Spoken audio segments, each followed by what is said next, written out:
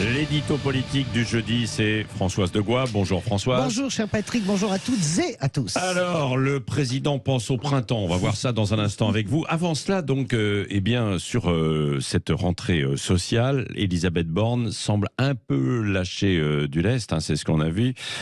C'est une séquence décisive, séquence sociale notamment décisive qui s'annonce pour le président de la République. Absolument, parce que si on pense printemps, c'est plutôt pluvieux. Avis de gros temps sur le social. On commence d'abord par les boulangers. Il y a beaucoup de témoignages sur Sud Radio très intéressants de boulangers. C'est une profession aimée, les boulangers. Elles symbolisent véritablement ce qu'est la France. Elles symbolisent aussi la ruralité. La boulangerie, c'est ce qui garde vivant un certain nombre de villages, de bourgs dans notre pays. Eh bien, les factures sont délirantes. On l'entend sur Sud Radio depuis des semaines d'ailleurs. Ça fait pas 3 jours. Et on a le sentiment que les mots de Bruno Le Maire sont un peu comme un cataplasme sur une jambe de bois. Reporter les cotisations, les charges, reporter les impôts, aller dans un guichet spécial boulanger, faire un peu baisser la facture et faire les gros yeux aux opérateurs. Tout ça semble un peu vain.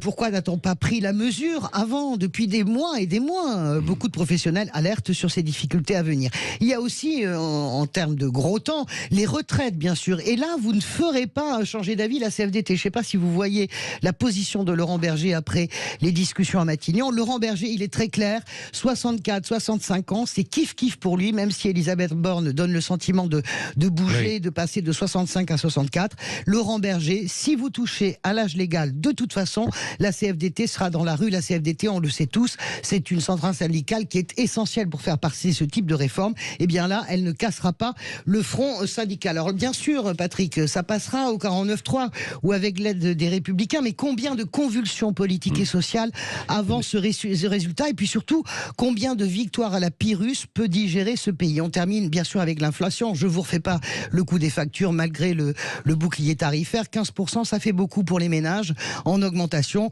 Et puis l'inflation, c'est le gouvernement qui répète on est les meilleurs, on a une inflation qui est contenue, mais vous savez, ça c'est comme la météo. Notre ami Rémi, oui, c'est comme la météo. Il y a la température réelle, 5 degrés, puis il y a le ressenti. Je vous fais une liste. L'inflation vient de surgeler, plus 29%. Les pâtes, plus 20%. L'huile, plus 20%. Le beurre, plus 17%. Non, ça ne va pas mieux sur le front de l'inflation. Bon, Éric Revel disait que ça pourrait, tout à l'heure, ça pourrait se calmer à partir du mois de mars. Alors, dans ce climat, justement, le président pense printemps, François. Ah ben oui, alors la réponse à tout ça, c'est évidemment sorti du premier conseil des ministres hier. Emmanuel Macron, vous savez, c'est l'homme cool, c'est l'homme tranquille, c'est l'homme qui sifflote et qui nous remet son gimmick pensée printemps que même Jean-Pierre Raffarin n'aurait même pas osé imaginer. Le pensée printemps, d'ailleurs, il nous l'a déjà servi en 2017, en 2018, en 2019.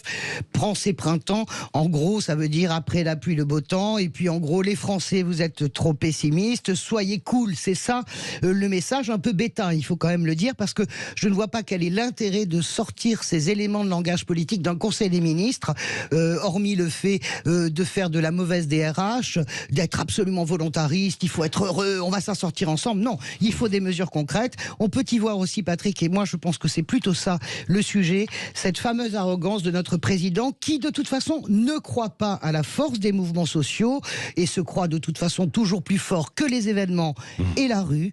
J'espère que l'histoire va lui donner tort pour une fois.